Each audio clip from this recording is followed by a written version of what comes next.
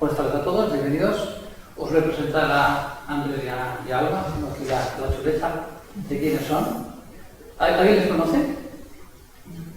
¿Sí? O ya le conocéis. Bueno, merece la pena que conozcáis que es Mente 1 y a qué se dedica. Os voy a presentar.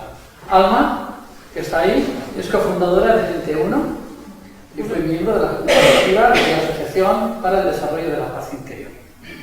Es licenciada en Publicidad y Relaciones Públicas, coordinadora de actividades, orienta distintos grupos presenciales online y realiza sesiones de educación institucional. Y Andrés Rodríguez, tengo que decir que es nacido en Bilbao, por si había dudas. Es maestro de curso de milagros con experiencia en grupos de estudio y orientación individual y grupal. Es desarrollador de los cursos de mente cuántica y el proceso del pensamiento. En el 2006 realizó la locución del audiolibro de un curso de milagros. Ha sido fundador y presidente de la Asociación para el Desarrollo de la Paz Interior en España. Actualmente dirige el proyecto Mente 1, así como la enseñanza de un curso de milagros online. Es un lujo tenerlos los dos. Me gustaría que saquéis el máximo partido. Se va a grabar la sesión, tenedlo en cuenta. Se va a grabar la sesión. Y yo diría que aprovechéis. Yo no soy muy de tener ídolos, pero escuché varios audios de ellos dos y dije, no conozco a nadie que me haya explicado y logrado más dudas que ellos. Es un lujo tenerles para vosotros, preguntamos. Andrés, gracias por venir. Gracias, Alba, por venir. Gracias. Es vuestro nombre. Bueno, buenas tardes. Arratsaldeon. Un placer estar en mi ciudad natal por primera vez para hacer esta enseñanza. Como la mayoría venís así con cierta idea acerca del curso, alguna noción, vamos a resetear y a comenzar de nuevo. Vamos a utilizar un pequeño esquema que utilizamos en el curso, el proceso del pensamiento, que es un curso que se diseñó precisamente para mostrar las bases de funcionamiento de un curso de milagros, y a partir de ahí vamos desarrollando entre todos a ver cómo funciona esto, ¿vale?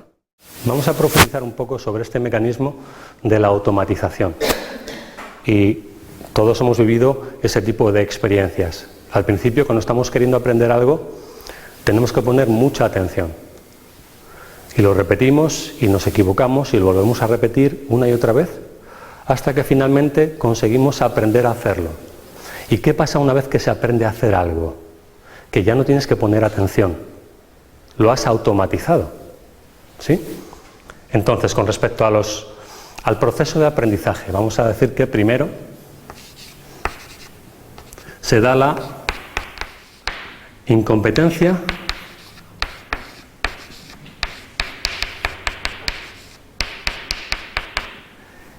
inconsciente. No sé cuánto no sé. No sé nada. Cuando comienzo a aprender, soy consciente de cuánto me falta o de lo que no sé, porque ahora sí tengo un punto de referencia de ese aprendizaje. Tercer punto, competencia consciente. Sé cuánto sé. Por lo tanto, también sé cuánto me falta por saber o tengo ciertas nociones. Y cuarto,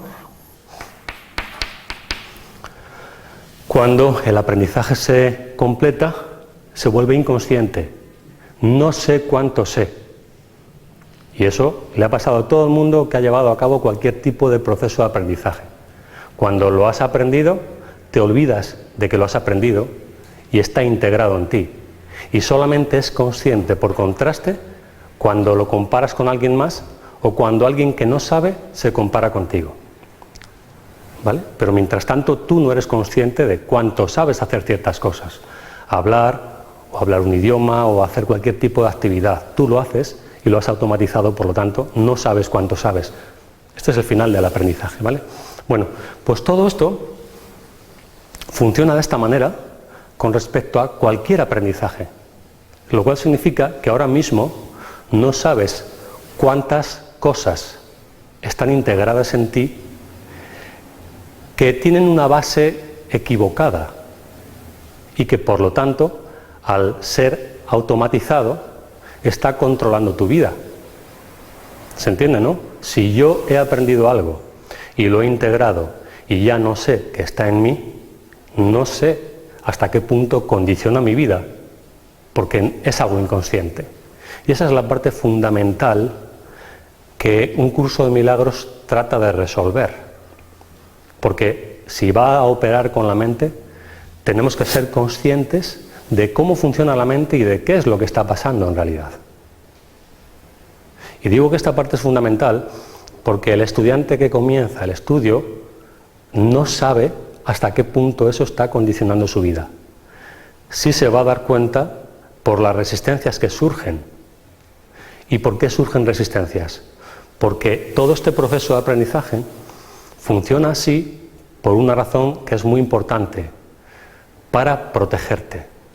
Lo que has aprendido, lo has aprendido porque tiene importancia para ti.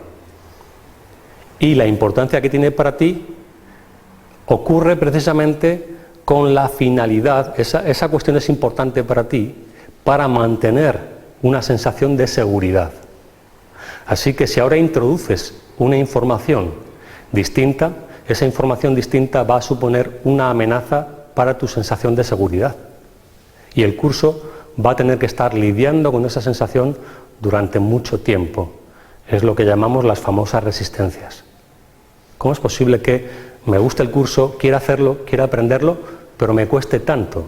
Es normal, estamos luchando, por decirlo así, contra un tipo de funcionamiento que hemos inventado nosotros mismos para proteger, salvaguardar todo lo que consideramos que es importante para nosotros, aunque esté equivocado, porque lo que hemos aprendido no significa que sea real, puede estar equivocado.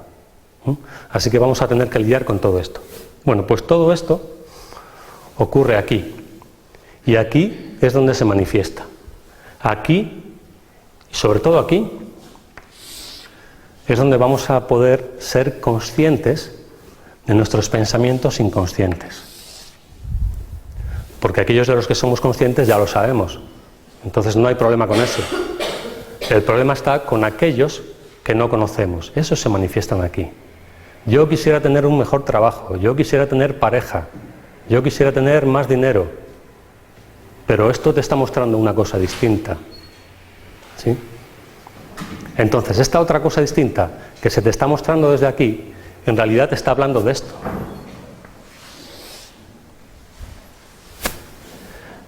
Y este es el lugar en el cual puedes aprender. Esto es como un espejo de tu mente inconsciente. La idea que he aprendido a tener acerca de mí se reafirma a través del pensamiento que pone en marcha todo este proceso. A través de la experiencia se consolida. Y esto no tenemos que subestimarlo. Podemos pensar, bueno, el ego, todo el mundo tiene ego. Sí, pero hace falta comprender hasta qué punto es importante para la mente reafirmar ese ego. Todos los problemas que estamos viviendo en este país, por ejemplo, con el tema del independentismo, todo este rollo político, tiene su raíz aquí. Es una cuestión de identidad. ¿Quién soy yo? Y para yo ser quien soy, tengo que contrastarme con otro que es distinto. Y en esa diferencia yo me reafirmo.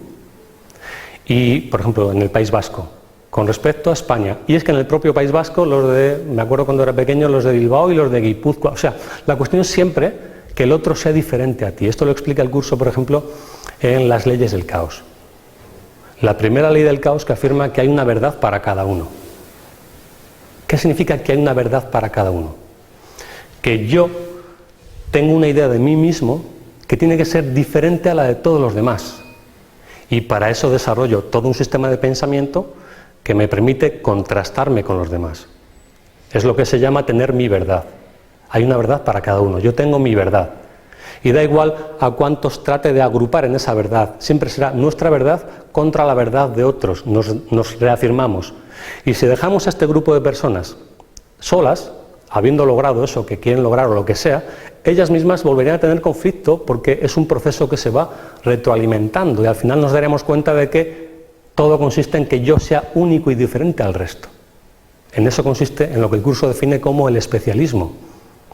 También afirma que no hay verdaderas amistades, el ego no se une a nada, salvo para aliarse temporalmente. pero una alianza no es una unión. ¿Sí? Bueno, entonces por eso digo que no hay que subestimar la importancia que la mente le da a la identidad. ¿Por qué? Porque la mente se ha disociado, se ha separado de la verdadera identidad.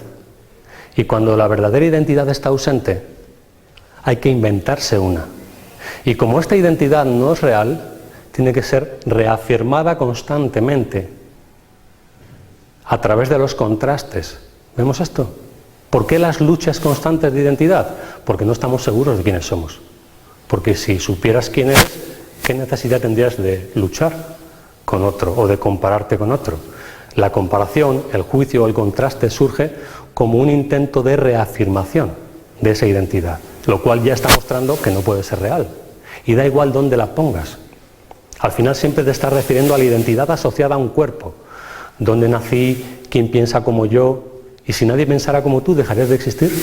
Y si no hubieras nacido ahí, hubieras nacido en otro lugar, ¿dejarías de existir? ¿O dejarías de tener valor? Vemos cómo subyace todo el tiempo la falta de valor, que trato de reafirmar. Por eso digo que es más importante de lo que inicialmente pudiéramos pensar. La cuestión de la identidad. A esto lo llamamos disociación, ¿vale? Disociación. La disociación significa que tú has dividido tu mente en dos partes y te has centrado en una de ellas. Esto ocurre también con los traumas, por ejemplo.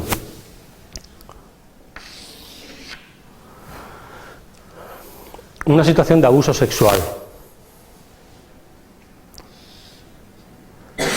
afecta a esta parte de la mente, ¿vale? Y aquí surge como consecuencia de tener una idea acerca de ti mismo que te dice que tú no mereces ser amado. Bien. Y esta situación, esa idea, da lugar a una experiencia que llamamos abuso sexual. ¿Qué pasa cuando una situación excede lo que tu mente es capaz de comprender? Pues que puede producir un verdadero desequilibrio en ti. ¿Cómo lidia la mente con esa situación traumática? Justamente como lo hace el cuerpo. ¿Qué hace el cuerpo cuando se introduce un virus, una bacteria? ¿Qué es lo primero que hace? Se defiende. ¿Cómo? O aislando, ¿no? Atacando, aislando. ¿Para qué? Para que eso no afecte a otras áreas. Entonces la mente hace exactamente lo mismo. A través de los mecanismos de defensa. El cuerpo se defiende, la mente se defiende. De hecho, el cuerpo responde como la mente, que es lo que ha dado origen al cuerpo, explica el curso. ¿Y esto qué significa, esta defensa? Significa negación, significa ocultación, se vuelve inconsciente, pierdes todos los recuerdos, porque si recuerdas algo que no sabes cómo integrar, puedes perder la cordura. Para evitar que la mente pierda la cordura, lo que hace es aislar ese evento traumático. Y entonces el resto de la mente puede seguir funcionando, pero a costa de mantener esto aquí. Esto es una disociación. Tú no sabes ya ni siquiera que está esto aquí, lo has olvidado. Pero ¿qué pasa? El curso dice que no hay nada que la oscuridad, es decir, la inconsciencia, pueda realmente ocultar. Y como esto sigue estando en tu mente, es decir, como sigue estando aquí, ¿dónde se va a manifestar? Aquí. ¿Y qué va a aparecer en tu vida? Pues has vivido una situación de abuso sexual, por ejemplo. Lo que van a aparecer aquí son personas que traigan a tu conciencia la experiencia que has decidido olvidar para conservar la cordura. Todo el mecanismo de defensa de la mente está diseñado así precisamente para conservar la cordura. No es que tú participes mucho de ello, es un sistema automático. Todo el mundo intenta protegerse del dolor y hay infinidad de formas de hacerlo. Bueno, pero cuando tú aíslas o te proteges de algo que no has sido capaz de integrar, no lo estás resolviendo por esa razón. Lo estás aislando o bloqueando o disociándote de ello de alguna manera. Gracias a la experiencia puedes tomar conciencia. Gracias a la experiencia puedes tomar conciencia. Porque si la finalidad de todo este proceso dice el curso, es que aprendas a liberarte de todas las ideas falsas en las que has creído. ¿Cómo podría ser posible esa liberación cuando todavía tienes esto aquí? ¿Qué haces con esto? La mente tiene que entenderlo, la mente no puede hacer como que algo no existe. ¿Se entiende esto, no? La mente necesita resolver todo aquello en lo que haya creído. Entonces, hasta que esto no se resuelva, no puede haber una liberación. Y la parte más importante del curso con respecto al trabajo interior tiene que ver con hacerse consciente de esa oscuridad, para después aplicar lo que define como el perdón. Por eso hablamos tantas veces del tema del victimismo, porque es en lo que la mente se ampara para seguir conservando esto intacto. Porque si la causa de mi malestar está ahí afuera, ¿qué pasa con esto? Que lo sigo manteniendo intacto. Porque como yo no tengo nada que ver con ello, es aquel, el otro, el que me hizo eso. Yo con defenderme y con acusar al otro tengo bastante, pero a costa de seguir manteniendo esto intacto, porque esto, el otro viene solamente a darle forma. Si no estuviera en mi mente, no aparecería esa experiencia en mi vida.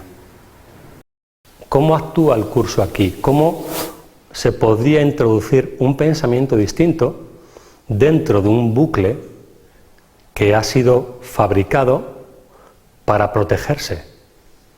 Porque todo esto no es más que una forma en la que esto se protege a sí mismo.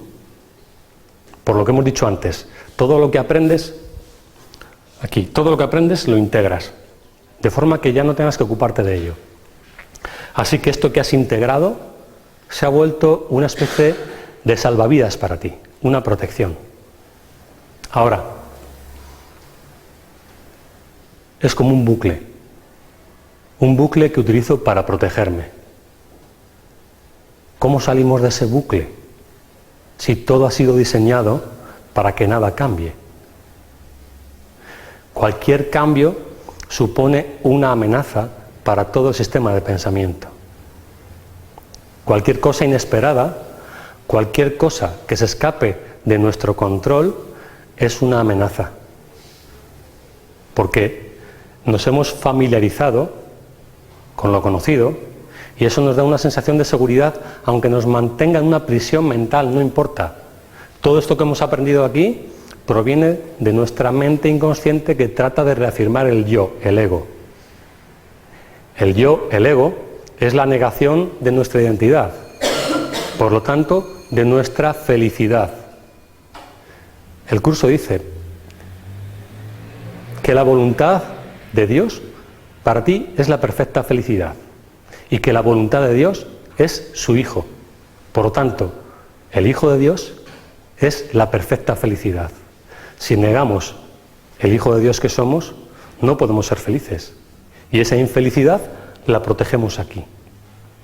Y si se acerca algún tipo de cambio, sentimos miedo de perder la infelicidad a la que nos hemos acostumbrado, con la que estamos familiarizados. Esa es la situación en la que nos encontramos en este momento. Nos hemos vuelto guardianes de nuestra propia infelicidad y cualquier posibilidad de cambio nos da más miedo que la infelicidad a la que nos hemos acostumbrado. Esa situación es la que tiene que resolver el curso. Por eso el curso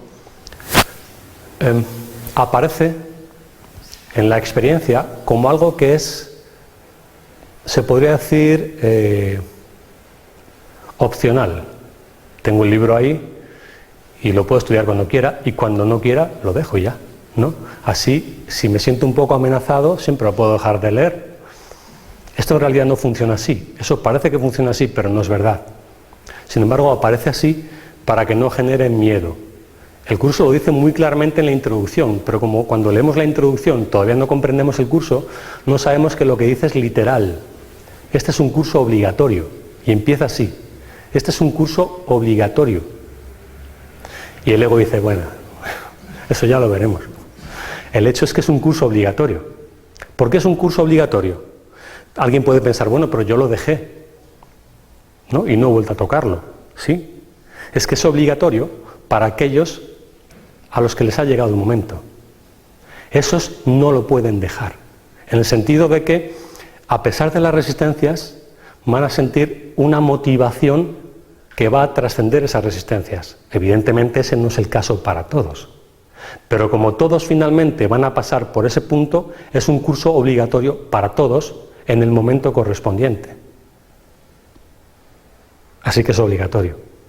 Lo único que hay entre medias es el tiempo, y el tiempo no significa nada con respecto al aprendizaje en este caso. El curso, mediante los ejercicios, lo que va haciendo es como si fuera una especie de electroshock. Va sentando una referencia, va como implementando un molde en la mente, igual que esto ha surgido de un molde disfuncional, como decíamos al principio.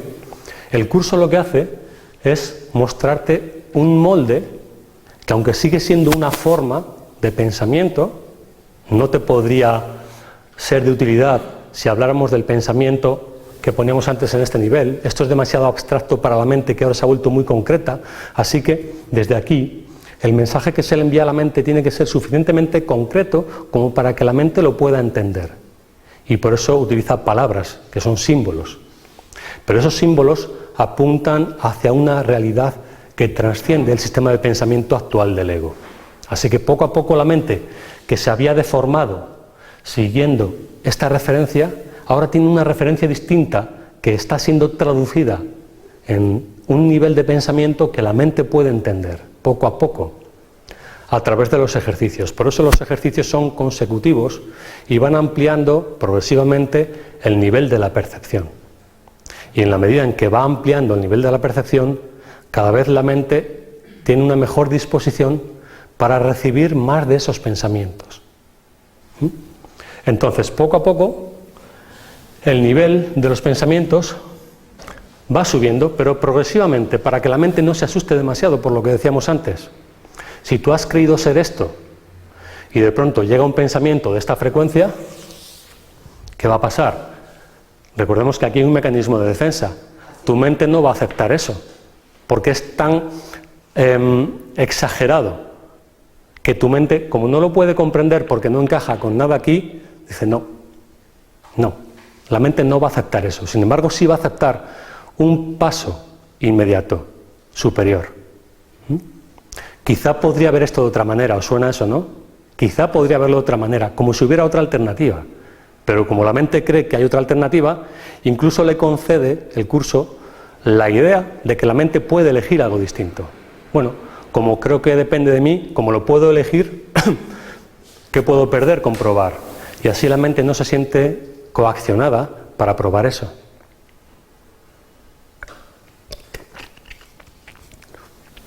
Así es como el curso va jugando poco a poco con la mente que está en resistencia, protegiendo su sistema de pensamiento del cambio. Aprender, dice el curso, significa cambiar, pero el ego se basa en que nada cambie para seguir protegiendo su sistema de pensamiento. Así que, inevitablemente, el curso se va a volver una experiencia incómoda en algún punto. Porque vemos que tiene sentido, además, que lo sea. Si lo que quiere mi mente, si he entrenado a mi mente toda mi vida para conservar lo que he aprendido porque me da seguridad, y de pronto lo que ha aprendido es puesto en cuestión, con ese cuestionamiento, ¿qué se cuestiona sobre todo? Esto. Y hay gente que mata y muere por esto. Así que no es cualquier cosa. Las guerras son eso, unas luchas de pensamiento. La política es eso. ¿Quién prevalece sobre quién? ¿Quién reafirma su identidad? ¿Quién extermina la identidad del otro? Y aunque no haya muertos como tal, consiste en eso. ¿Quién tiene la razón? Y la razón significa identidad de nuevo. Así que es una cosa importante y por eso se produce un conflicto durante el estudio y práctica del curso. Yo busco a aquellos que reafirman la idea que yo he inventado acerca de mí. Busco alianzas, que no amigos y menos hermanos. Busco a aquellos que me ayudan a reafirmarme. ¿Bien? Y si toda tu vida ha sido condicionada por aquello, y esto es tu mundo, tus relaciones, tu trabajo, toda tu experiencia, ¿qué va a pasar con esto cuando cambies lo que la ha causado? ¿Qué es esto?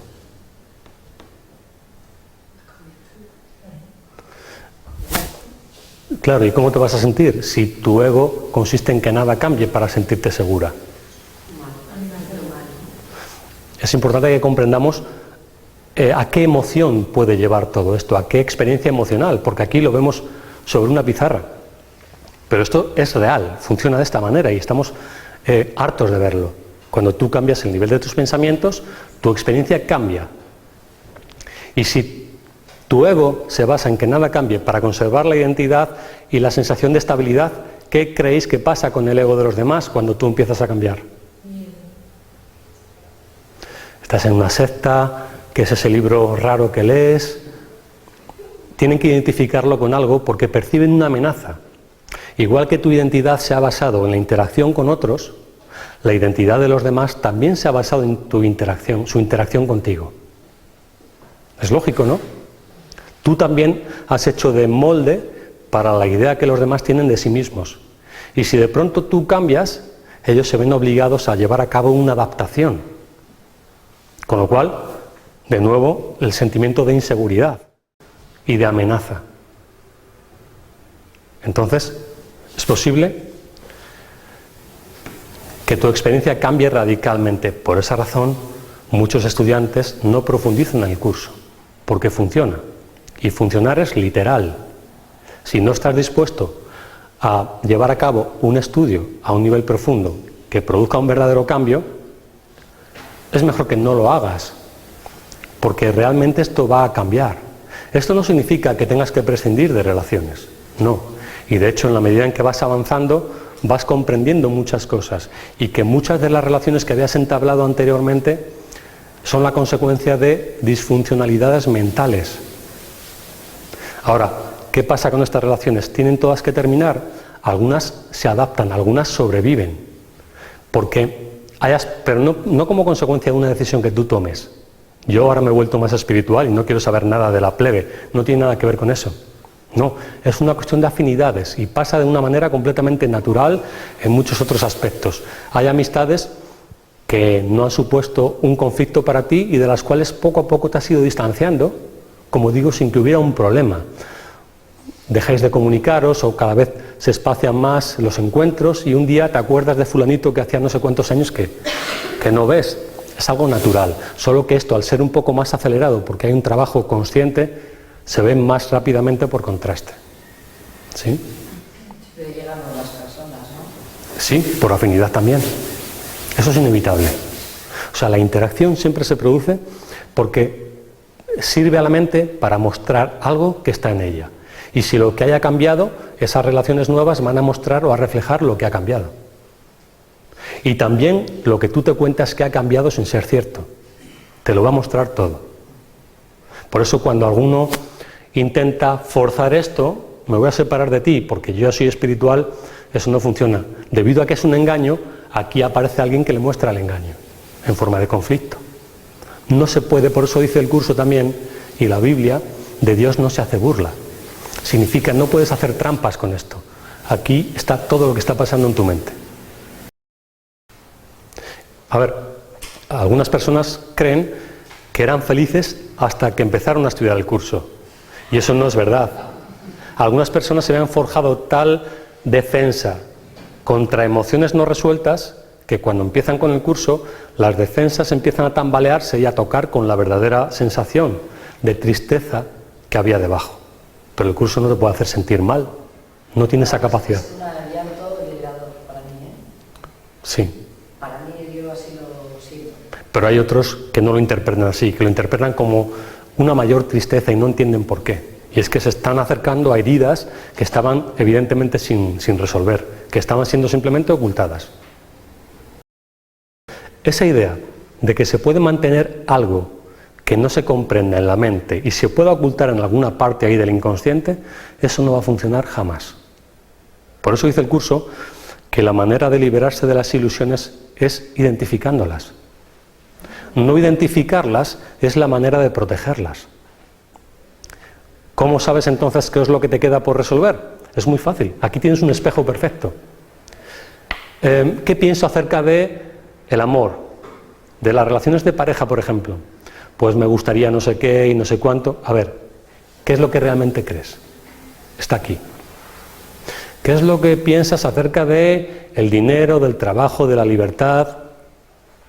Seguramente cosas maravillosas. Pero ¿qué es lo que pasa aquí?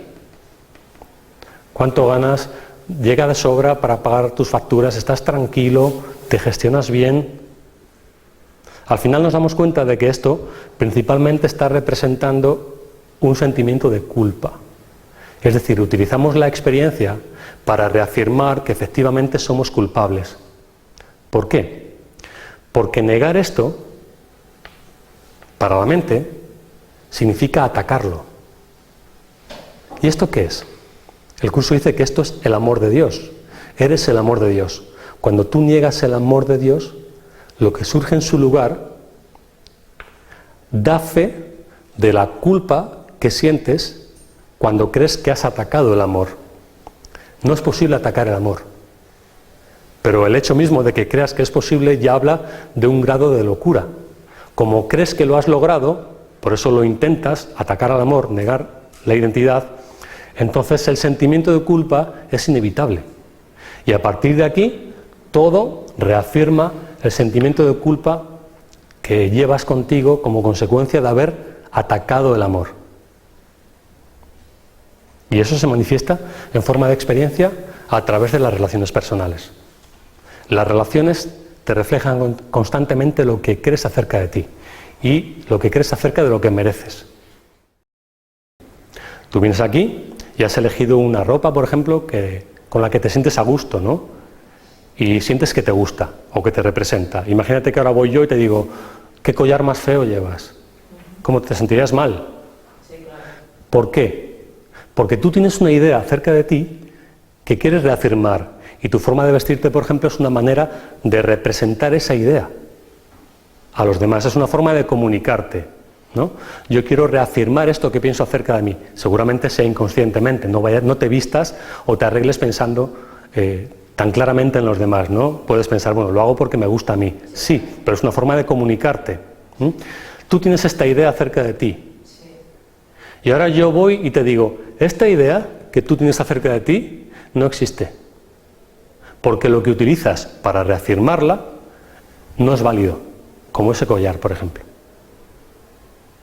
El collar deja de ser un collar y se convierte para ti en una representación de tu identidad, como una bandera, como un idioma, como cualquier cosa. No es una bandera, cuando alguien dice es un trapo, no, es una representación. Representa la identidad de aquel que se identifica evidentemente con ella. ¿Ves? Si alguien quema una bandera o la pisa, no está pisando un trozo de tela, está negando una identidad. ¿Lo ves? Y esa negación de la identidad y el hecho de que tú misma en algún nivel reconoces que no es una identidad real es lo que te produce una emoción dolorosa. ¿Qué pasa? Que al no ser consciente de todo este proceso, lo que haces es proyectarlo allá afuera. Alguien me está haciendo sentir así, porque asocias esa emoción con la acción que estás viendo allá afuera, sin darte cuenta de que tú estás interpretando esa situación en base a la idea de ti misma que quieres reafirmar y a los símbolos que utilizas también. Entonces no es el otro el que está generando en ti esas emociones. Es la interpretación que estás haciendo de esa experiencia en aras de reafirmar una idea. O sea, que esa interpretación. Solamente puede ser tu interpretación. Pero al día siguiente vuelvo a hacer el mismo ejercicio y lo que leo lo entiendo, o sea, es como si no lo hubiera leído bien el día anterior y leo y añado otras cosas que yo no había, que yo el día anterior, haciendo el mismo ejercicio, no había... ¿Y dónde has leído en el curso que haya que hacerlo varios días seguidos, que haya que repetirlo? No he leído, yo... No, quiero decir, ¿eh? ¿dónde has visto en la instrucción, en el curso, que te diga que hay que repetir el mismo ejercicio varios días? Que yo sepa, no habla de eso. Sin embargo, sí. Bueno, sí, habla. Dice que mínimo tienes que hacer un ejercicio, o sea, que no puedes hacer más de un ejercicio porque es lo único que dice, ¿no? No tienes que hacer más de uno por día, Sí. y que el curso dura un año. ¿Cuántos ejercicios son entonces? Un día. Pues que entonces hay días que no lo haría. Bien, entonces es mejor que no lo hagas. Es mejor entonces que no lo hagas. Si no sientes la motivación para hacerlo, es mejor que no lo hagas. Si hay tantas resistencias en tu mente ahora mismo como para no hacer los ejercicios tal como indica el curso, es mejor dejar de hacerlos. Pero imagínate, por ejemplo, hay días que te dicen, tienes que pensar esto 4 veces a la hora, ¿no? Y no piensas por las situaciones que se te van dando. A veces estás con gente y estás pensando, y otras veces no. Entonces ya no has hecho el ejercicio bien, ¿no? Porque no has pensado 4 veces a...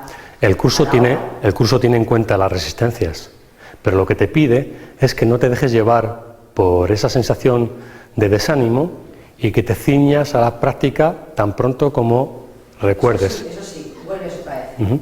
Pero no te dice que lo hagas al día siguiente si tienes la sensación de no haberlo hecho correctamente. No. O sea, no he hecho bien. Y sin embargo tú lo estás haciendo. Como sientes que no lo has hecho correctamente, al día siguiente lo vuelves a repetir.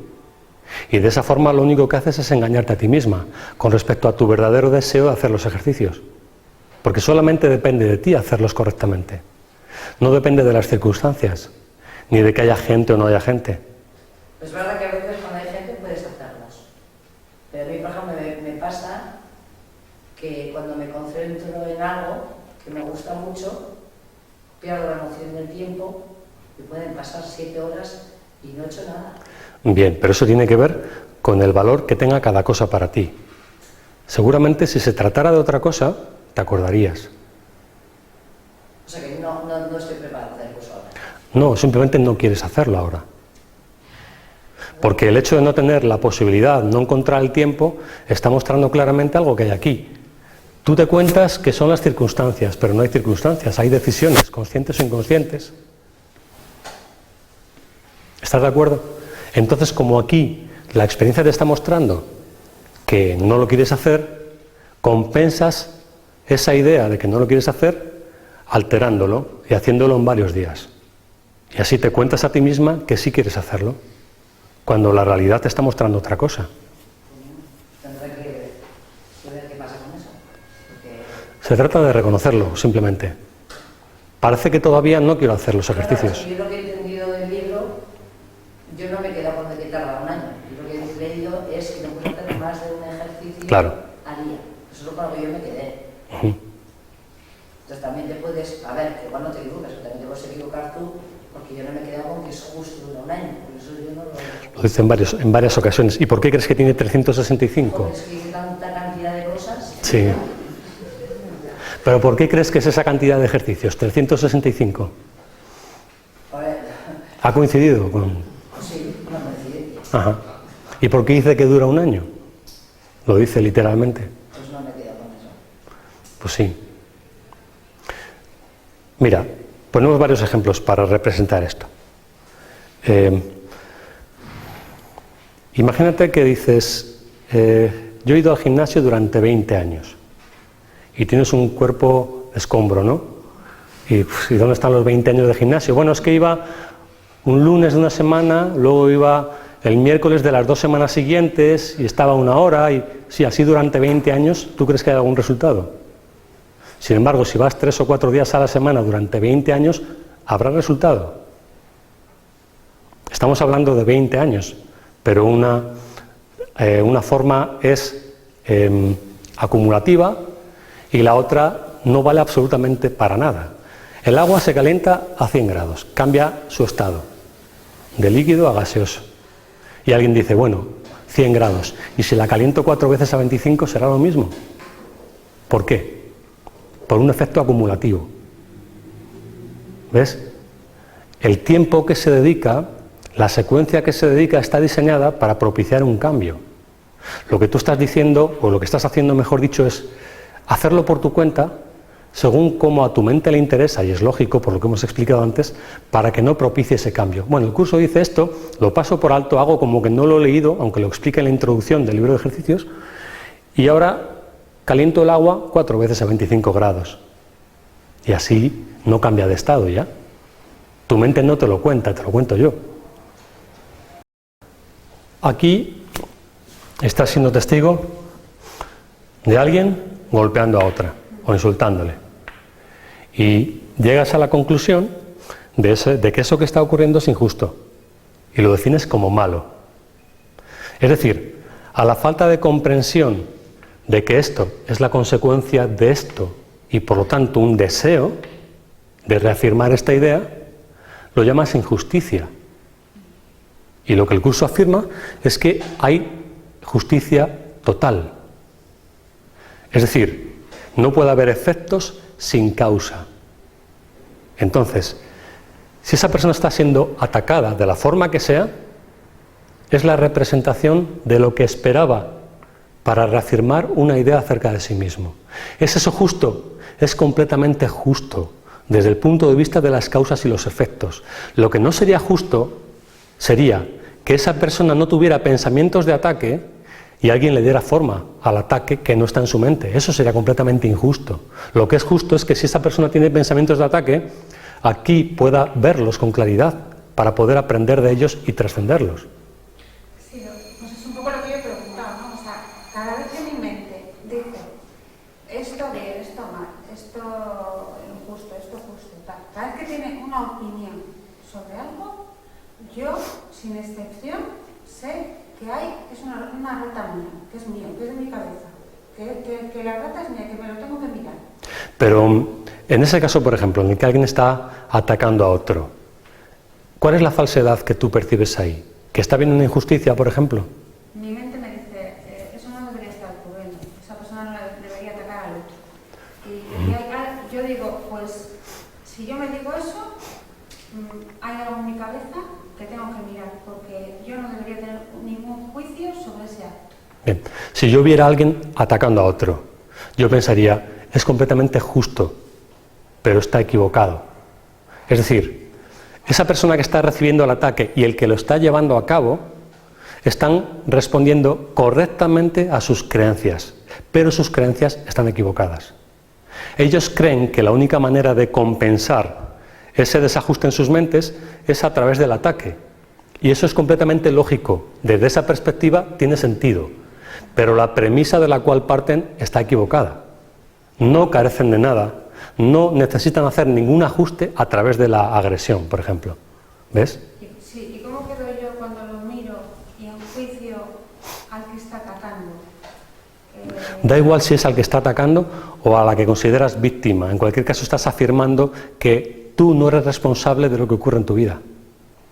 Y lo estás reafirmando mediante esa experiencia que estás viviendo y juzgando, valorando de esa manera.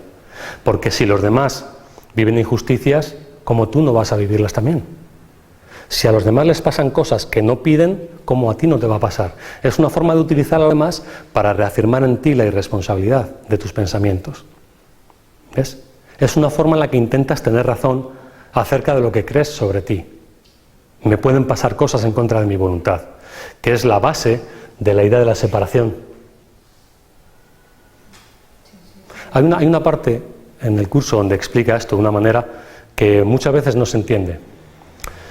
Dice algo así como, si tú crees que el mundo que ves puede determinar tus emociones, eso es una representación de la relación entre el padre y el hijo.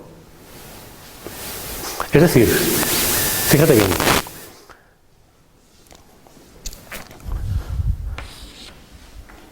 las cosas que me ocurren y el lugar del cual ocurren, que las genera. El mundo me produce a mí las cosas. Este es el mundo.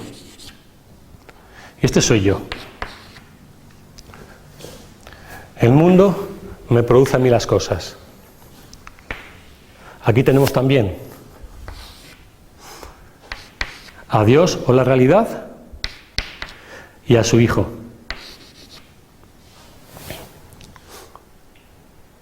Si el mundo me produce las cosas, significa que yo soy el efecto del mundo. ¿No es esto precisamente lo que afirma aquí la idea del ego? Yo soy lo que el mundo ha hecho de mí. ¿Cómo era? Yo soy rebelde porque el mundo me ha hecho así. Bien, pues eso es lo mismo.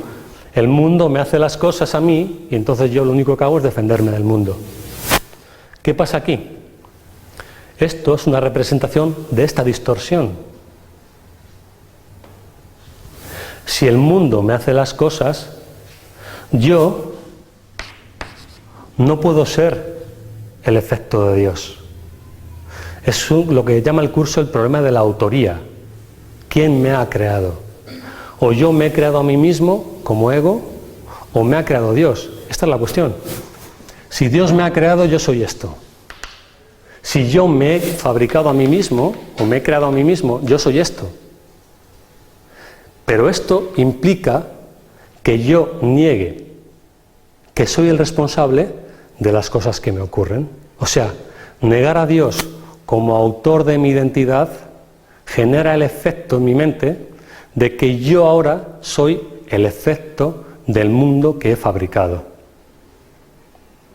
Dice el curso que se trata del mismo error. Porque si tú reconocieras que eres esto, ¿cómo podrías afirmar que el mundo tiene poder sobre ti? No tiene ningún sentido, porque sabes que son tus pensamientos los que están generando todo el tiempo todas las experiencias. Si yo creyera que soy el ser al 100%, esa experiencia no ocurriría delante de mí. No, esa experiencia podría ocurrir, pero no te dejarías engañar por ella. Sí, porque es posible. Podría ocurrir porque le estaría dando forma a las creencias de otros. Solo que tú ya sabrías que es una creencia falsa. Por eso verías que hay justicia. Ahí hay otros que le están dando forma a sus pensamientos, solo que esos pensamientos están equivocados. El curso habla de la verdadera empatía. La verdadera empatía no se alía con la debilidad porque sabe que no es real con respecto al otro. Independientemente de que alguien esté siendo golpeado, machacado en el suelo, sentir lástima es acabar de rematarle. Eso no significa que no comprendas y que algo no te mueva a hacer algo al respecto, pero nunca apoyar el pensamiento que ha llevado a esa persona a ser atacada de esa manera, porque entonces estarías apoyando la idea. Eres vulnerable, eres débil. No, eres invulnerable, pero estás equivocado con respecto a ti mismo. Y nadie te puede privar de lo que crees acerca de ti. Si tú crees que eres vulnerable, alguien le va a dar forma y aparece un enemigo inevitablemente. ¿Cómo no va a ser así si hay justicia? En la sociedad en la que estamos, por todos los medios de comunicación, la tele, los periódicos, por todos los sitios, esa idea del victimismo y de debilidad y de tal es que ocupa el 80% de la información. Claro. Entonces, yo creo que es muy importante cuando entras en este mundo aislarte de eso.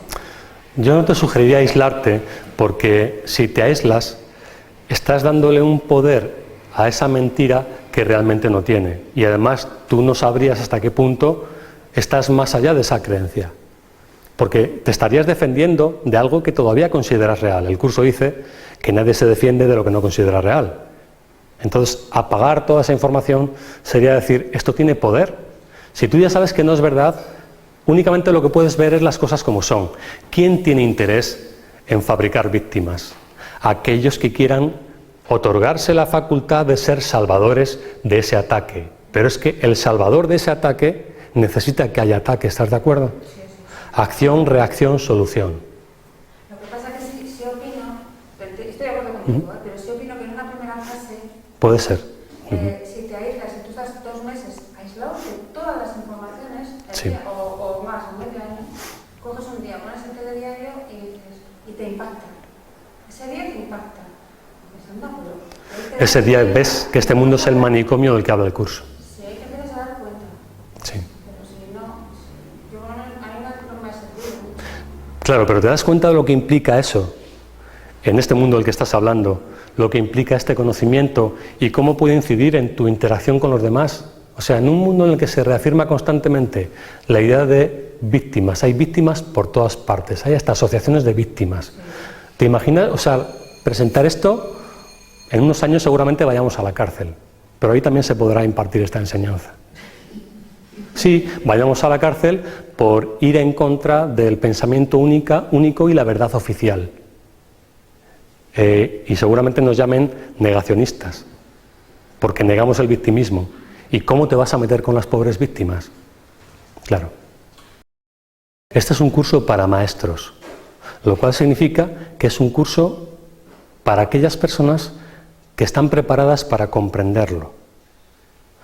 Cuando estas personas lo entienden, no necesitan hablar de ello a los demás, necesitan actuar en función de lo que han entendido, y esa es la mejor manera de enseñar, con el ejemplo.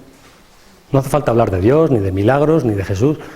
No tiene ningún sentido hacerlo así, a no ser que sea un contexto como este en el que estamos explicando algunas cosas, ¿no? Pero yo no hablo con la gente de estas cosas cuando no saben de esto, vamos. No hace falta. Sí. Yo quería comentar que, bueno, yo no he hecho el curso, ni he oído ni nada, pero cuando oí lo de los milagros, me chirrió. Sí. Estaba un vídeo, y luego que si Dios, que si lo de todo, el Espíritu Santo ya, vamos, es que me pareció como todo aquello contra lo que he luchado toda mi vida, ¿no? Claro. Dije, esto no va conmigo, esto está, yo no lo entiendo por qué utilizas esta tecnología, ni de dónde viene esto, si de la religión cristiana o no sé cuál es la historia. Utiliza ese término porque es el más adecuado para referirse a ello. Ahora, el problema no es el término, el problema es todos los filtros a través de los cuales ha pasado ese término hasta llegar a ti, a tu conciencia, porque tú asocias Espíritu Santo con religión. Y aunque la religión habla, se trate de la que se trate, habla del Espíritu Santo, la religión no sabe realmente cuál es la función del Espíritu Santo porque no la ha interpretado correctamente. Vamos a definirlo de esta manera. El Espíritu Santo es la parte de tu mente que se ha quedado a este lado de esto que hemos definido antes como disociación. Las religiones, los mitos antiguos, hablan todos acerca de algo que ocurrió en la mente. Algo le ocurrió a la humanidad a partir de determinado momento. Incluso la antropología, la arqueología, habla acerca de esto. Algo ocurre en la humanidad a partir de cierto momento. Bueno, eso es un cambio en la mente de la humanidad. Bien, a partir de ese momento la mente se distorsiona, empieza a enfermar. Antes de eso no hay guerras, no hay asesinatos. Hay constataciones arqueológicas que muestran que antes de cierto periodo de tiempo no se daban guerras.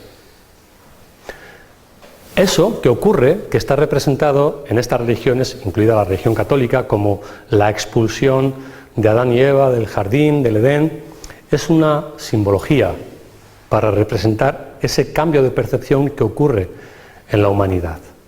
El curso a eso que ocurre lo llama separación. Bueno, ¿qué es el Espíritu Santo? El Espíritu Santo es la capacidad de tu mente de no distorsionarse completamente. Hay una parte que empieza a volcarse hacia afuera, hacia el mundo de la percepción. Vamos a verlo así. Antes de ese momento, tú reconoces quién eres, e independientemente de que te manifiestes a través de un cuerpo, no pierdes la conciencia de tu identidad, lo cual fue, por ejemplo, el caso de Jesús. Jesús estaba en un cuerpo físico, pero tenía clara conciencia de su naturaleza divina, como Hijo de Dios. Por eso es Jesús el Cristo, Cristo como el Hijo de Dios. Jesús el que reconoce su verdadera identidad. Bien. El Espíritu Santo, entonces, es la facultad de tu mente para no dejarse engañar por las ilusiones. Es entonces eso que llaman algunos el maestro interior, o esa vocecilla de la conciencia, que todavía se puede contar con ella, pero que se ha debilitado, no porque sea débil, como dije antes, sino porque la mente se ha centrado tanto en el mundo de la percepción, en el mundo de los sentidos físicos, que ha reforzado esa parte y ha dejado de lado el otro aspecto de la mente. El Espíritu Santo es ese otro aspecto de la mente. ¿Ves? Es simple. No te dejes engañar o confundir por los términos. Un curso de milagros es una canalización. Una canalización es un proceso de comunicación entre dos mentes cuando una de esas mentes no está encarnada. Es algo así como telepatía, pero una de las mentes no está en cuerpo físico. Esa otra mente que no está en cuerpo físico, según el propio curso, es la mente de Jesús.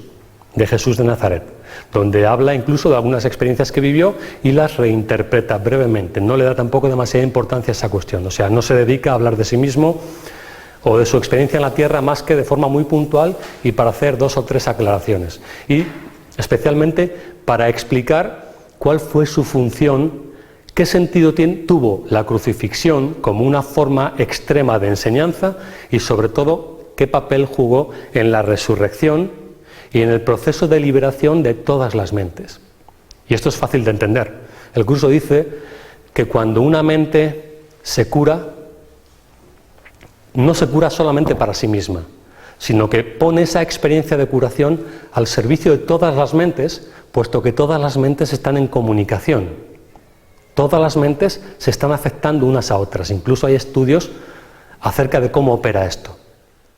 Hay algunos ejemplos estudiados por un biólogo, Rupert Sheldrake, ¿te suena? Sí. Rupert Sheldrake habló sobre los campos morfogenéticos y también estudió cómo cuando un miembro de una especie animal aprende un comportamiento, al cabo de muy poco tiempo el resto de los miembros de esa especie empiezan a llevar a cabo ese comportamiento sin que ni siquiera haya habido contacto físico directo. Esto se experimentó, se vio claramente en unas pruebas que hicieron, no recuerdo ahora mismo el nombre de estas islas. Sí, eso es. Las islas del Pacífico creo que eran, o el Índico, no recuerdo. Entonces, una hembra, estaban viendo cómo afectaba la radiación de algunas pruebas nucleares que habían hecho, cómo afectaba la radiación a estas especies, ¿no? Vieron que una hembra de estos monos empezaba a lavar la fruta en el agua, porque también le daba un sabor salado. Al poco tiempo el resto de los miembros de esa comunidad empezó a hacer lo mismo. Y no solamente los miembros de esa isla, sino que el resto de los miembros de otras islas empezaron a reproducir ese comportamiento, lo cual les llamó mucho la atención. ¿Cómo es posible que sin contacto físico reproduzcan el mismo comportamiento? Llegaron a la conclusión de que había algún tipo de comunicación mental entre los miembros de la misma especie. Unos pajarillos creo que fue en la Segunda Guerra Mundial, aprendieron a picar, creo que era en Suiza, no recuerdo exactamente el país, empezaron a picar el tapón metálico de las botellas de leche que dejaban en la puerta de los domicilios. Al cabo de poco tiempo, todos los pájaros aprendieron a hacer lo mismo. Llegó la guerra, esto fue antes de la guerra, llegó la guerra, se dejó de repartir leche. Estos pájaros duran como 2 o 3 años, lo cual significa que todos los que habían aprendido este comportamiento murieron. Después de la guerra se volvió de nuevo al reparto de leche y todos inmediatamente, sin que hubieran visto ese comportamiento o haber estado en contacto con los primeros que aprendieron ese comportamiento, ya sabían hacerlo. Esto es lo que significa que cuando alguien se cura, no se cura solamente para sí mismo, sino que pone ese conocimiento, ese aprendizaje al servicio de todos. En ese sentido, Jesús fue el primero que llevó a cabo ese proceso de sanación y fue, por decirlo de esta forma, el que abrió la puerta a esa posibilidad. Por eso dice en el propio libro del curso, Él está a cargo del proceso de expiación, que es el proceso de deshacimiento de todo este problema en la mente, porque fue el que lo puso en marcha. Fue el primero en llevarlo a cabo completamente en sí mismo, así que lo puso a disposición de todos. De hecho, incluso en la propia Biblia lo menciona. Cuando yo me vaya, enviaré a un maestro en mi lugar, otro maestro en mi lugar. Ese otro maestro es ese maestro interno, el Espíritu Santo, al que Él recurrió a esa parte de su mente para aprender todo lo que aprendió, que le llevó a liberarse de este mundo ilusorio. Y entonces, debido a que lo aprendió, lo puso de manifiesto a través de la crucifixión, no como un sacrificio, que es la interpretación que hace la religión. No se sacrificó por los demás, sino que puso en evidencia lo ilusorio de este mundo, permitiendo que se acabara con aquello que es la mayor representación de una identidad falsa, como es el cuerpo. Algo así como decir, esto en lo que todos creéis y con lo que os identificáis, fijaos que no tiene ninguna importancia, no merece ser defendido, por eso permitió que ocurriera. No defendáis aquello que no sois, porque sois algo mucho más que un cuerpo. Y os lo muestro poniendo mi cuerpo a disposición para que se haga con él lo que se quiera. Eso es lo que explica brevemente en el capítulo 6. Dice, puesto que lo aprendí, te lo puedo enseñar. Dice también que él lo que hizo fue mostrar una enseñanza ejemplar para que aprendas que a no dejarte llevar por la ira ante situaciones mucho menos dramáticas de las que él vivió. No hace falta, dice, que repitas mi experiencia. No busco mártires, no busco que alguien haga lo mismo. Simplemente te muestro que no está justificado que te defiendas o que creas en el ataque, porque yo no creí en el ataque. Y lo demostré mediante esa lección de la crucifixión. La aprendí para que tú pudieras aprender que no hace falta sentirte atacado. Porque no puedes ser atacado. ¿Vale? O sea, no tiene mayor relación con la religión que ser el protagonista del Nuevo Testamento y lo que él mismo afirma acerca de su experiencia muy brevemente en el curso. Como digo, para puntualizar 3 o 4 cosas. Y su papel en el mundo. ¿Cuál fue la razón por la que vino y por qué hizo lo que hizo? Todo lo demás hace referencia a tu aprendizaje. De hecho, incluso eso mismo hace referencia a tu aprendizaje. Te dice simplemente que si aprendes lo mismo que él aprendió, puedes hacer exactamente lo mismo. Que él no es especial en ese sentido. A partir de cierto punto, empieza a escuchar una voz que le pide que por favor tome nota. Esto es un curso de milagros, por favor toma nota. Ella inicialmente se resiste porque es algo sorprendente, ¿no? Pero como sigue insistiendo esta voz, finalmente decide compartirlo con su jefe, que es el psiquiatra, William Tedford. Al final le dice, bueno, toma nota y me lo compartes a ver si tiene algún sentido o es una locura o de qué se trata. Así que finalmente accede a apuntar lo que esa voz le pedía que tomara nota y aparece lo que en el curso es el primer capítulo, el primer subcapítulo, el primer capítulo que se llama Los principios de los milagros. Es decir, ¿qué es un milagro? La especificación técnica de lo que es un milagro. Entendiendo un milagro, entre muchas otras cosas, son 50 principios, como un cambio de la percepción, una corrección de la percepción, que es la consecuencia de la activación de esto que define el Espíritu Santo, como el Espíritu Santo como el mecanismo de los milagros. Entonces, cuando ven ese escrito, se dan cuenta de que no parece una locura, no lo entienden muy bien, pero se dan cuenta de que hay una inteligencia detrás, es algo significativo. Así que decide seguir tomando nota y esa anotación, como digo, continuó por un periodo de 7 años, del 65 al 72. Apareció el texto primero, después el libro de ejercicios, al final un pequeño manual que tiene 100 páginas de preguntas y respuestas habituales y luego un pequeño anexo enfocado a la relación terapeuta-paciente, porque ellos eran, como digo, terapeutas, entonces hace algunas indicaciones, algunas observaciones acerca de cómo se da este tipo de interacciones y cuál es la finalidad. Hay varias versiones del libro también, ¿no? No. No hay una sola versión, que es la que edita la Fundación para la Paz Interior.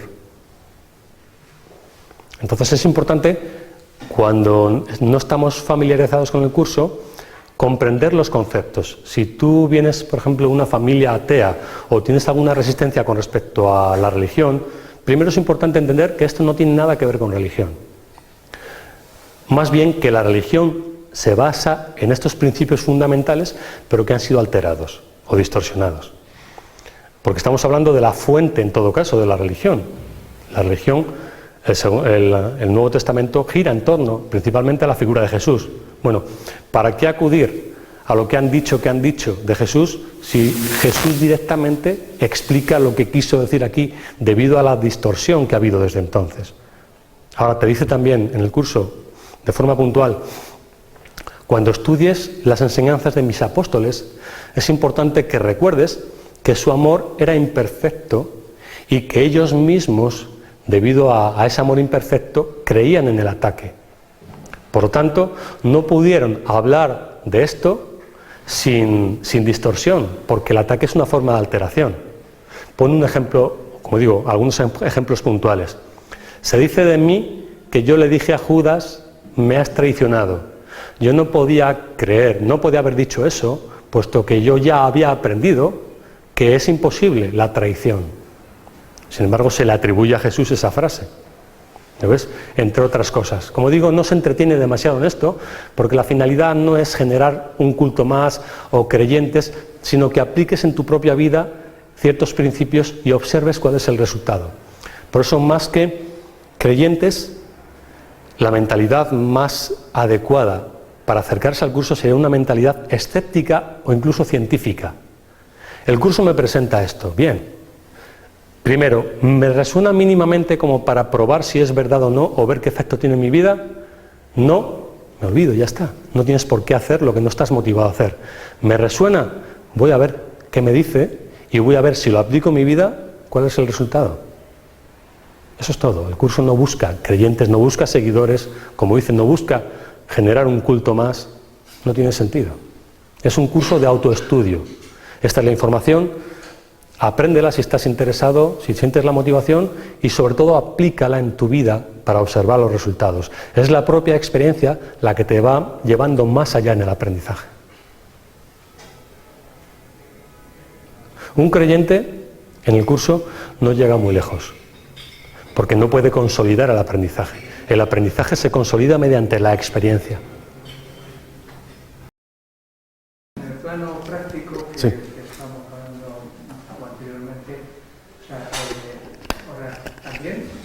Lo que deberíamos de pensar o de interpretar es que cuando tú vives una experiencia, incluso presencias un conflicto entre dos personas de ataque-defensa o víctima-reducto, el mero hecho de tú vivir esa experiencia, de algún modo algo no la vivirías si no es un mensaje que también hay para ti, o sea, no es una cosa de ellos, ¿no? Depende de la connotación emocional que tenga para ti. O sea, lo que te muestra que es para ti es la respuesta emocional que tú des a la situación, no el hecho que estés presenciando. Eso no significa que si soy indiferente no tiene nada que ver conmigo.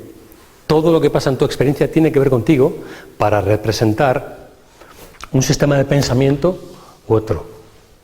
Por ejemplo, si ves esa situación, si la experimentas y no percibes ataque, aunque parezca estar dándose un ataque, si tú sabes que el ataque no es posible porque solamente ocurre lo que está pasando en tu mente, solamente estás presenciando la forma de ese pensamiento. Evidentemente ese pensamiento está equivocado. Ahora, ¿cuál es tu respuesta emocional a esa equivocación de la que estás siendo testigo? Ese es el aprendizaje para ti. Si dices, por ejemplo, pues percibo esto y me siento en paz. Sentirte en paz no significa no sentir ninguna emoción. Significa que la emoción que experimentas no supone un conflicto para ti. Tampoco significa ser indiferente en el sentido de, bueno, como yo estoy en paz, como yo no estoy en conflicto con esto, depende. La respuesta correcta solamente puede provenir desde aquí. Entonces puede suscitar o no una respuesta en la situación de la que estás siendo testigo. Dos se están golpeando y puede ser que se suscite en ti hacer algo al respecto o no hacer nada. Lo que constata que la respuesta proviene del lugar correcto, de nuevo sigue siendo la emoción, tanto para actuar como para no actuar. Si sientes que no debes actuar y estás en paz, es lo correcto. Si sientes que tienes que actuar y estás en paz, es lo correcto. Entonces no depende tanto de la forma, sino de cómo constates aquí en la respuesta que recibes.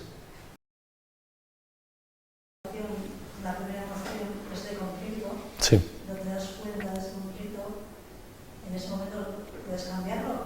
Sí, puedes cambiarlo. Puedes cambiar en ese momento y Sí. actuar de otra manera y ha podido ser instantáneo, ¿no? Es decir, también muchas veces nos podemos engañar. Sí. Podemos decir, vale, yo sé, tengo que pensar así, entonces oculto lo que pienso. Eso lo llamamos bypass. Aunque haya sido consciente de esa emoción, Sí. la dejo y actúo de la manera que sé que hay que actuar. Pero date cuenta de una cosa.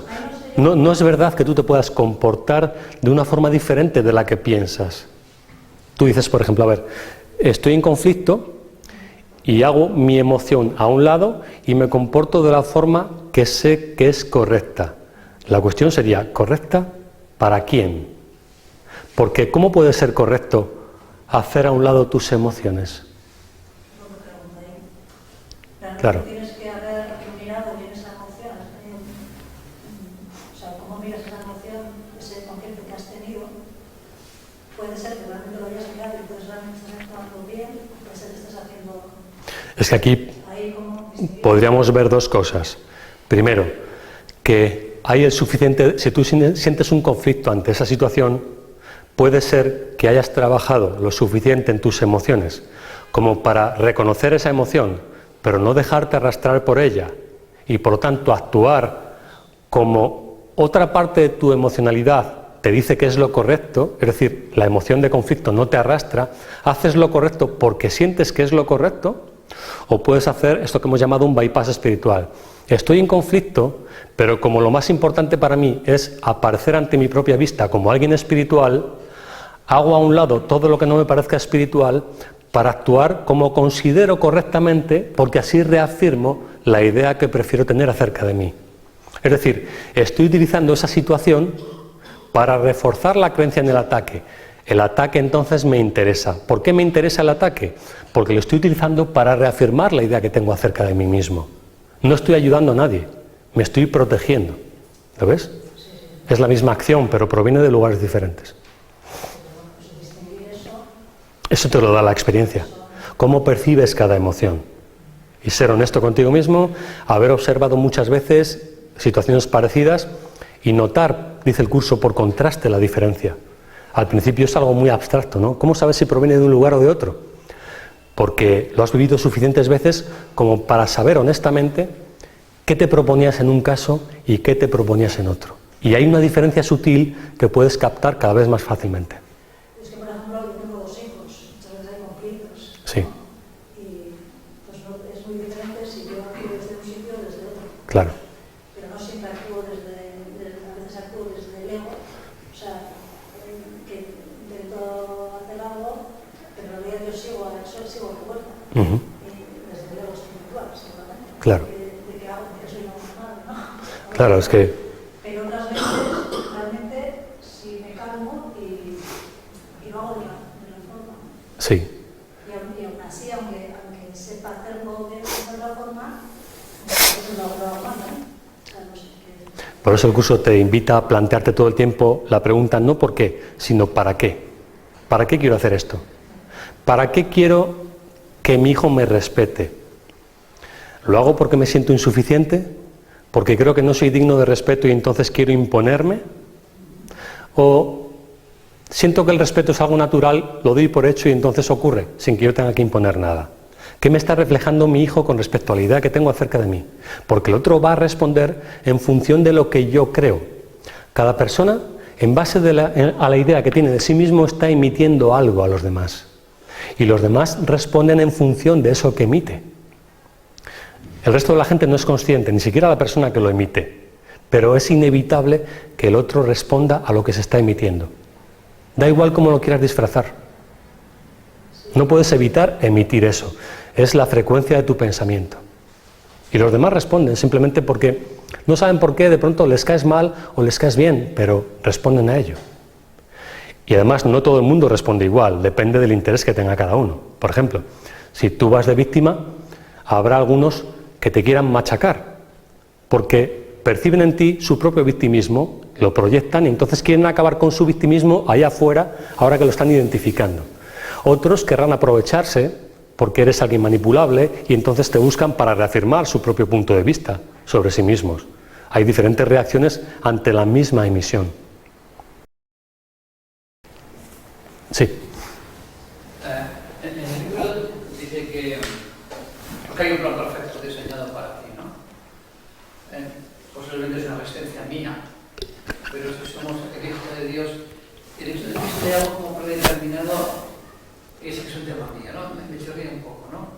Que hay un plan perfecto para nosotros, que por tanto, sabiendo que hay un plan perfecto para ti, basado en el amor, pues te tienes que relajar totalmente, ¿no? Pero a la vez, si somos hijos de Dios, está ya predeterminado. Ahí tengo un problema. Vale, pero estás hablando como tú, siendo Tomás o como siendo este. Claro. ¿Para quién está predeterminado? ¿De dónde surge el plan? De hecho, vamos a profundizar en esta cuestión porque es muy importante. El plan de Dios para tu liberación. ¿Qué significa esto? ¿De qué hay que liberarte? Únicamente hay que liberarte de tus fantasías, porque eres libre. Salvo si crees que estás aprisionado. No es que realmente lo estés, pero inevitablemente vas a responder a tus creencias como si fueran ciertas. Como no son ciertas, hay que liberarte de tu autoengaño. ¿Vale? Ahora, como la mente se ha vuelto concreta, específica, la mente no puede entender abstracciones. Así que el plan tiene que ver con cosas muy específicas que ocurran en tu vida. ¿Vale? Es decir, el plan, decíamos, es inevitable, ¿no? Ocurre aquí, en tu experiencia. Pero fijémonos bien y vamos a ir uniendo los puntos. Si el plan ocurre en tu experiencia, ¿qué tiene que ver con todo esto que hemos estado explicando? A ver, vamos a deducirlo. El plan está en tu pensamiento, está aquí, ¿no? ¿Eres consciente necesariamente de ese plan? ¿Requiere de que seas consciente para que ocurra? Cuando este pensamiento se da, ¿cómo se da este pensamiento? ¿Cuál es la causa o el origen de este pensamiento, sea el que sea?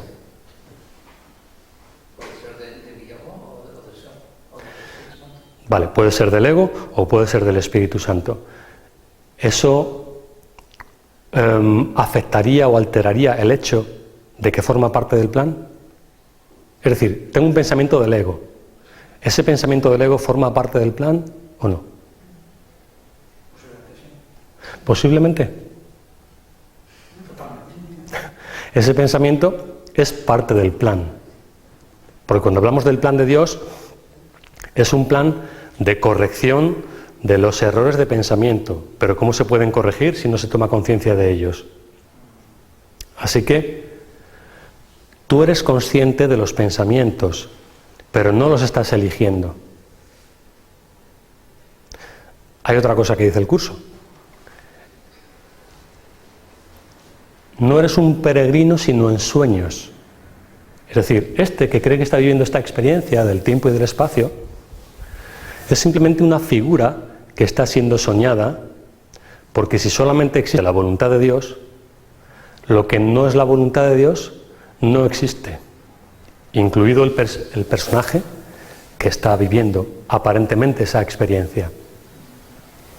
Entonces, si el plan es inevitable y ocurre aquí, no hay errores, casualidades o accidentes en el plan, y los pensamientos aparecen en tu conciencia provenientes de la única fuente que pueden tener, ¿este quién es? ¿Qué posibilidades tiene de hacer ningún tipo de elección? Lo único que puede pasar es que crea que puede elegir, y eso solamente puede ser la consecuencia de la ilusión de que es una identidad real. Si tenéis un bebé, por ejemplo, un recién nacido, Sí. que no se ha formado Un concepto de sí mismo. Y tiene un ego, vamos, un bebé no tiene un ego. Un estado mental, ¿no? Que tiene que corregir, dices. Sí. Sí. Entonces, por ejemplo, a un bebé que le digo, ocurre algo malo, Sí. ¿por qué motivo? Entonces, si él no, digamos que no se ha generado así. Lo que pasa es que tendríamos que reinterpretar qué es lo que significa malo o bueno cuando estamos hablando del plan y de que el plan ha sido diseñado para tu liberación. Sí. Pero no para tu liberación individual. Recuerda, cuando me curo no soy el único que se cura. Y también dice el curso, la expiación o liberación, el problema de la mente, es una empresa de colaboración. Y puede ser que tú formes parte de ese plan puntualmente como esos actores en una escena que salen un instante nada más para generar todo un drama. O sea, que puede ser, no sé si te entiendo bien, Un bebé, ¿se le ha pasado algo para que yo venga? para que aprendan todos los involucrados con esa experiencia. Pero no asocies el bebé con una identidad, el bebé como un cuerpo que es traído a la experiencia para generar una situación determinada, como cualquier otro personaje. ¿Ves? Date cuenta de que el plan no se idea aquí, aquí se representa nada más. Es como el del triángulo en una orquesta. Pasan 2 horas y el hombre hace así, al final. Esa fue su actuación en esa orquesta. Pero es fundamental. Sin él no sería igual. Hay actuaciones puntuales que generan una situación de la cual todos aprenden, incluido él. ¿Cómo no va a estar incluido en ese aprendizaje si forma parte de él? O sea, que cualquier cosa que pase es para aprender. El curso dice, hace falta haber aprendido mucho para llegar a comprender que toda circunstancia, acontecimiento, encuentro o situación es siempre provechoso. ¿Por qué? Porque al final está dando lugar a experiencias que representan lo que está pasando en la mente, que tiene que ser resuelto y que si no se representa no se puede identificar. Date cuenta de que todo este proceso que hemos dibujado aquí, esto conlleva un periodo, dice el curso, de millones de años de descenso y de retorno.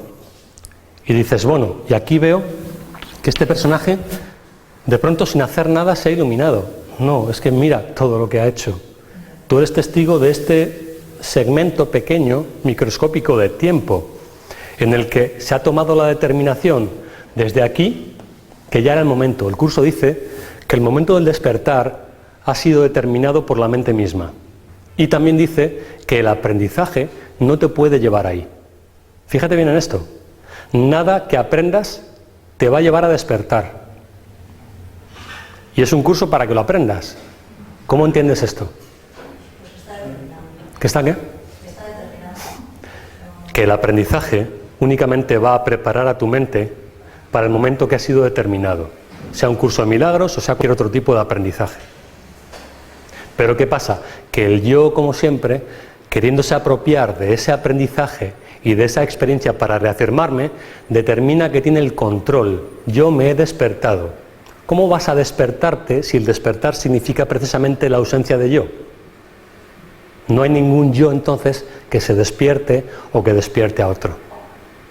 Es la mente misma la que determina eso. Ahora, la mente también puede determinar los elementos que utiliza para propiciar esa preparación, como un curso, un maestro, una relación, una interacción o lo que sea.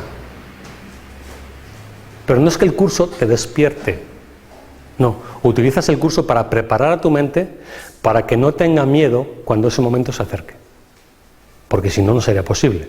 Entonces la mente misma se prepara a través de diferentes elementos. Lo que pasa es que como la separación implica una disociación, es decir, la creencia de que tú eres algo diferente de lo que realmente eres, pareciera que viene de otra parte, ¿no? Que alguien está, dices, la voluntad de Dios. Claro, es la voluntad de Dios a través de su Hijo, que eres tú.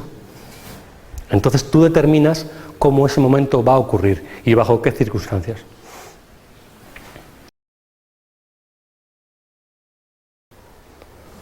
El tema del juicio no se trata de no juzgar, ¿no? No. Es inevitable juzgar. Y hay mucha confusión con respecto a esto. El juicio no es más que una valoración. ¿En función de qué valoras? Siempre valoras en función de esto. Es decir, esto es el filtro que tú te pones para interpretar todo lo que ocurre a tu alrededor. Si tú te consideras a ti mismo como alguien débil, cualquier claridad que alguien exprese con respecto a ti, cualquier contundencia que observes afuera, lo vas a interpretar como una amenaza. Es inevitable juzgar. De la misma forma, si tú te reconoces como esto, no vas a ver ataque por ningún lado, porque no es posible, porque no hay inconsistencias en tu sistema de pensamiento. Entonces, el juicio o valoración puede proceder del ego o del espíritu. El ego se utiliza a sí mismo, como digo, como referencia para valorar, como contraste. El espíritu utiliza la realidad como contraste. ¿Qué significa esto que estás percibiendo en contraste con la realidad? Es decir, ¿hasta qué punto es verdad o es falso? Si es falso, no te puede afectar. Si es real, lo vas a reconocer. El ego ha perdido de vista esa referencia, así que utiliza únicamente su propio criterio, separado completamente de la realidad, así que puede interpretar cualquier cosa en función de sus propios intereses. Este es mi amigo porque me está reafirmando lo guapo, lo inteligente, lo bonito, me está robando, pero no me importa, es mi amigo, porque me da lo que yo quiero y no me importa perder esa cantidad a cambio de que me reafirme.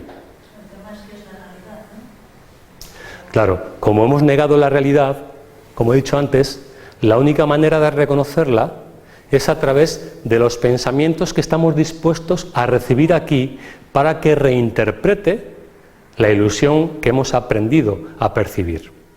Es decir, el curso es muy práctico en ese sentido.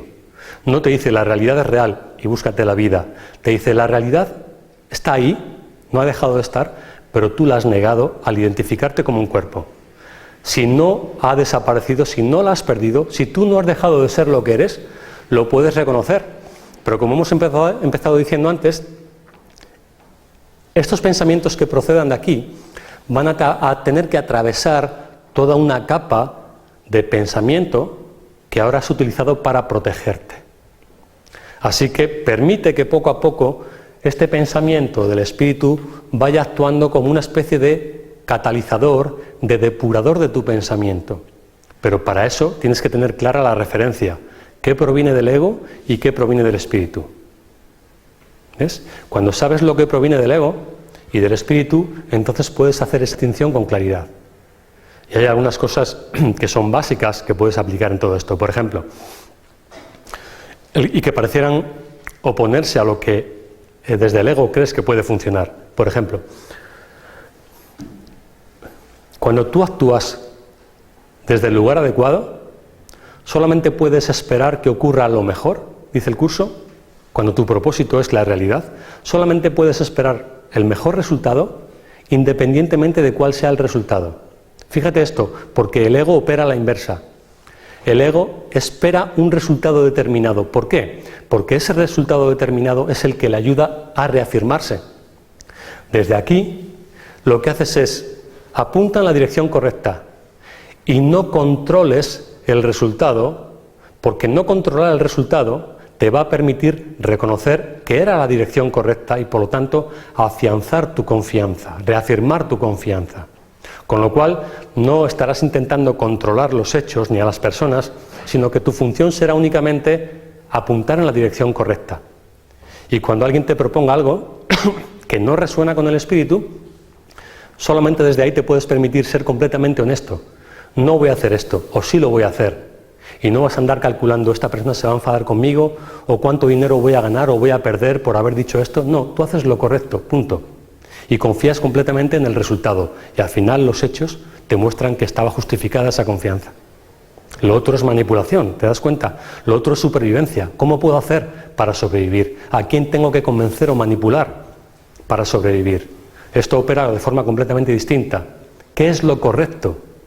Independientemente de quién caiga o deje de caer. No como ataque, sino que es que no vas a manipular a nadie. Esto es así, es en esa dirección. Y voy hacia allá. Vaya yo solo o me acompañe el resto del mundo. Esa es la dirección correcta. Pero entonces no hay muchas personas que estén en el ser que estén aquí. ¿Cómo lo podríamos saber? No hay un censo de personas que están en el ser. ¿No? Pero por los resultados del mundo... Es que a veces es la sensación que me está dando a mí por todo lo que estoy escuchando. No hay muchas personas, pero su pensamiento es más consistente que cualquier otro, porque está anclado en la realidad. Entonces son, de nuevo, como catalizadores de todos los pensamientos. Su sola presencia, dice el curso, ya hace un efecto de sanación, porque ni siquiera se requiere la mediación, la interacción física para que eso ocurra. Como veíamos en el ejemplo de los animales, ¿no? Como aprendían sin mediar la interacción. Por eso dice el curso que la función de los maestros de Dios es aceptar la expiación el deshacimiento del error para sí mismos, no para los demás. Pero como en realidad no estamos separados, cada vez que yo me curo, pongo mi curación al servicio de todos los demás. Por eso te dice, céntrate en ti. No quieras salvar a nadie, aparte de que no puedes hacerlo de esa manera. Sin embargo, salvas a todo el mundo cuando te salvas tú.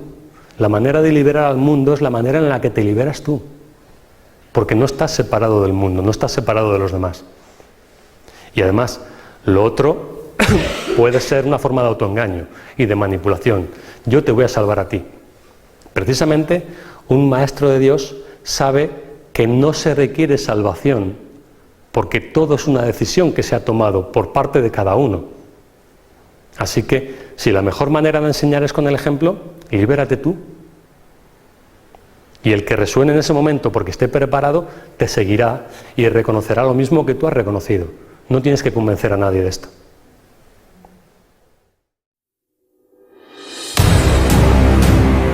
Mente